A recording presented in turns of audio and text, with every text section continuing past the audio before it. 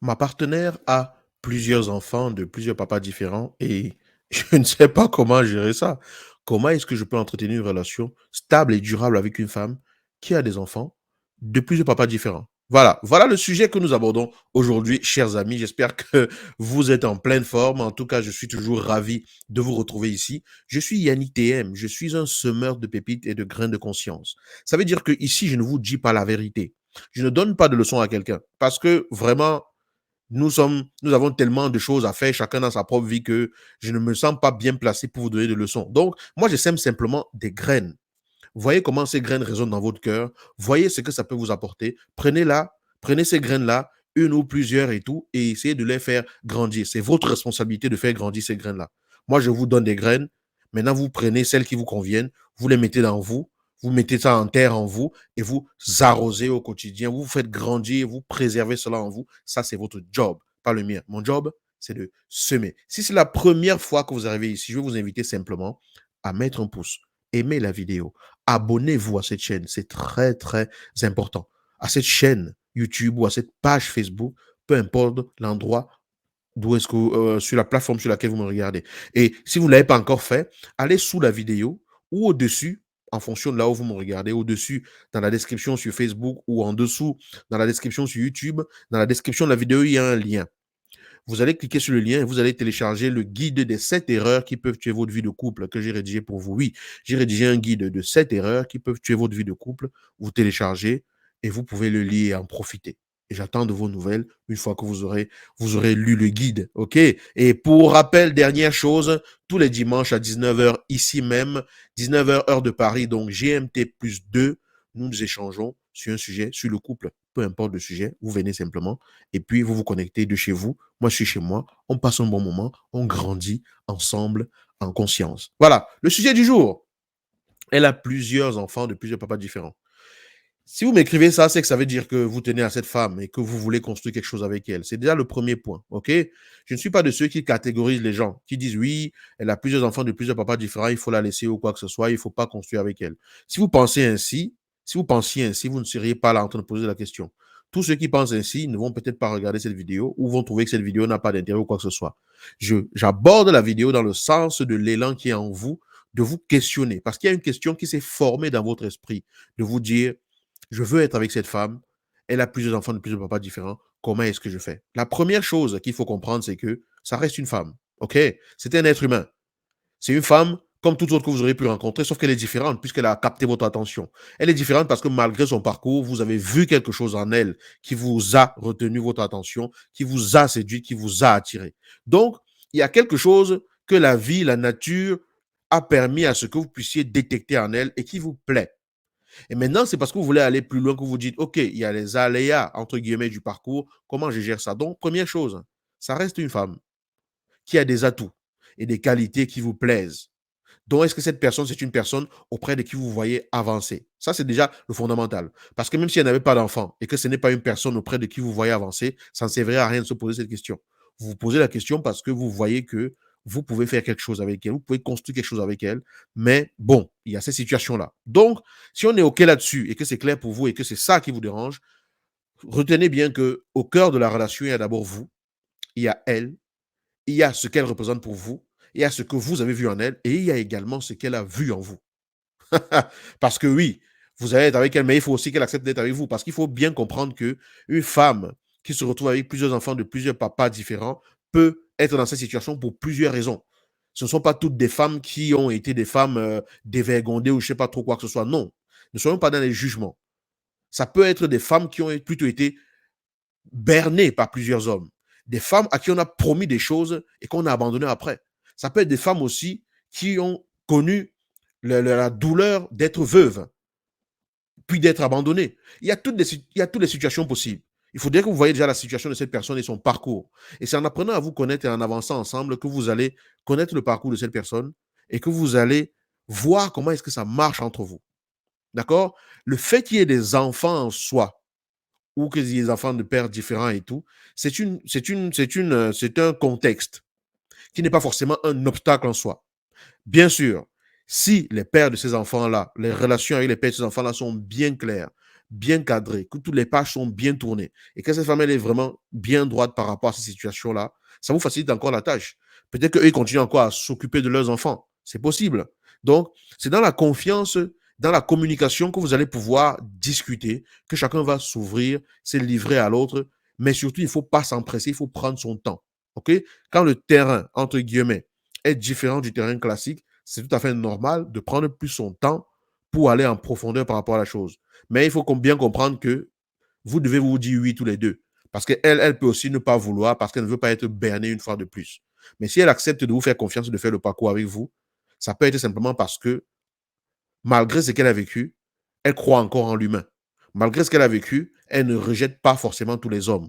Malgré ce qu'elle a vécu, elle sait que chaque être humain et chaque homme est différent et qu'il y a des hommes qui sont différents peut-être de ceux qui lui ont manqué de respect, qui l'ont lâché, qui l'ont trompé, qui lui ont menti, ou parfois c'est même pas ça. Mais si elle arrive encore à faire confiance à quelqu'un, c'est que ça veut dire que c'est, pour moi, c'est quelqu'un qui a une âme claire.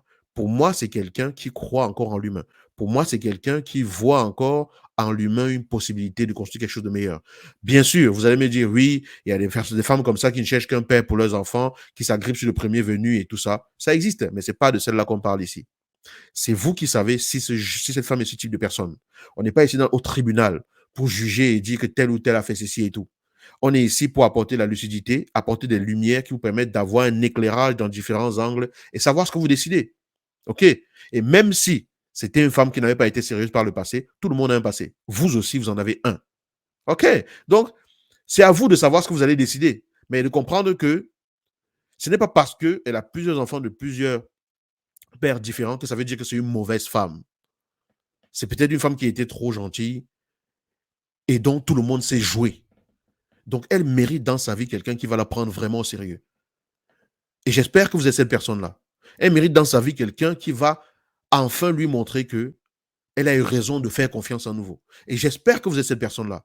Elle mérite dans sa vie quelqu'un qui est prêt à s'impliquer et qui ne va pas tous les jours lui ramener à la figure son passé ou son parcours, qui parfois est un parcours qui est très douloureux. Pour vivre et construire une relation stable avec une femme pareille, il faut déjà comprendre comment une relation marche en temps normal et être prêt à faire le nécessaire pour ce qu'il faut pour qu'une relation marche en temps normal. Parce que cette relation-là est une relation comme toutes les relations. Deuxième chose, elle n'est pas exactement comme toutes les relations parce qu'il y a des aléas qui rendent la relation un peu plus corsée. Ce sont peut-être ces enfants-là ou les relations avec les pères de ces enfants-là et tout ce que cela peut entraîner. Il faudrait que vous ayez l'ossature nécessaire pour prendre la place qui va permettre à ce que vous puissiez aussi apprendre à gérer tout ce que cela peut entraîner. Donc, ça demande une certaine maturité. OK? Ça demande aussi une certaine maturité. Parce que sa vie, elle ne peut pas la changer. Son parcours, elle ne peut pas le changer. Elle ne peut pas effacer et recommencer. Mais visiblement, vous voulez construire quelque chose de durable. La question, c'est qu'est-ce qu'il faut pour qu'une relation soit durable? Qu'est-ce qu'il faut pour qu'une relation soit stable et équilibrée sur la durée? Et dans cette circonstance, quels sont les dangers potentiels auxquelles notre relation peut avoir à faire face? Quels sont les aléas, les biais qui peuvent être là et qui peuvent perturber notre relation? Il faut déjà se poser ces questions-là. Et la confiance, le dialogue que vous allez avoir tous les deux va vous permettre d'être vigilant justement sur ces situations-là, d'être lucide sur ces situations-là afin de prendre les mesures. Mais ne venez pas en voulant être l'administrateur qui va décider de tout dans sa vie et qui va décider qui va vouloir venir dire comment elle va respirer dans sa vie ou quoi que ce soit. C'est quelqu'un qui mérite malgré tout le respect, qui mérite la considération nécessaire, qui est un être humain, qui a traversé des choses, parfois qui peuvent être des choses très compliquées, qui n'est pas forcément une mauvaise personne, parce que si vous êtes avec elle, c'est que vous avez vu la lumière en elle. Et du coup, c'est à vous, tous les deux, de construire cette lumière-là. Je ne catégorise pas les gens. L'être humain, c'est une dynamique. Et il est important de ne pas figer les gens à une destination, à une escale de leur vie, à une étape de leur vie. Quelqu'un a vécu quelque chose, oui, ça s'est passé ainsi, ça s'est passé ainsi. Ce sont des étapes. Le plus important, c'est la dynamique d'ensemble. C'est l'élan d'ensemble. C'est ce qui porte la personne au quotidien. Est-ce que ça matche avec ce qui vous porte? Est-ce que vous avez la même vision? Et c'est très important de ne pas lui ramener à la figure les potentielles erreurs qu'elle a eu à commettre. Parce qu'il y a des hommes, quand ils entrent dans une relation avec une femme, la femme leur dit oui, j'ai vécu ci, j'ai vécu ça. Et à la moindre dispute, on lui balance ça à la figure. C'est pas comme ça qu'on fonctionne. Bon, je dis il y a des hommes, mais il y a des femmes qui font ça aussi. Un homme vous raconte ce qu'il a vécu et tout, des erreurs peut-être qu'il a commises ou bien des choses difficiles de son passé. Et à la première dispute, bam, vous sortez ça. C'est quoi? C'est quelle immaturité, ça? Ça, c'est de l'immaturité. C'est de l'immaturité. C'est dans les situations de tension que l'autre sait jusqu'où il peut compter sur vous.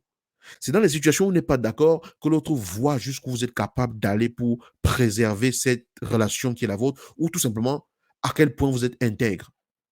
Parce que le fait de balancer à la figure de quelqu'un, à chaque dispute, les choses douloureuses que la personne vous a racontées, c'est poignarder et faire mal à la personne à chaque fois. Poignarder, c'est peut-être exagéré, mais ça dépend de comment la personne vit la chose. Mais c'est encore ramener ça sur la table et faire mal à la personne. Vous lui faites mal en lui rappelant ce qu'elle a vécu. Vous lui faites mal en amenant à se poser la question de savoir si elle n'a pas eu tort de vous en parler. Et vous lui faites mal en lui comment dire, en brisant peu à peu la confiance qu'elle a en vous. Donc, il faut faire vraiment très attention. Mais je dis ceci, moi, je n'ai rien dit. Hein. Je ne dis rien. Je sème, moi, simplement des graines. Donc, si vous êtes là pour vous échauffer, etc., allez-y dans les commentaires, partagez votre point de vue, voilà, dans la bienveillance. Moi, j'accepte les avis contraires, les avis, voilà. Mais on doit rester dans le respect et tout. Mais si vous êtes là seulement pour vous échauffer ou faire le show et tout, vous n'allez pas trouver un interlocuteur ici parce que les personnes qui sont ici, surtout les gens qui ont regardé cette vidéo jusqu'ici, c'est des personnes sérieuses. Ici, on a de la hauteur. Sur cette chaîne, la communauté ici a de la hauteur. On sait prendre le recul sur les situations et tout parce que, voilà, nous sommes des semeurs de pépites et de graines de conscience. Je vous souhaite une excellente journée ou une excellente soirée. Et je vous dis à dimanche prochain, 19h, pour notre live GMT plus 2. À dimanche. Ciao.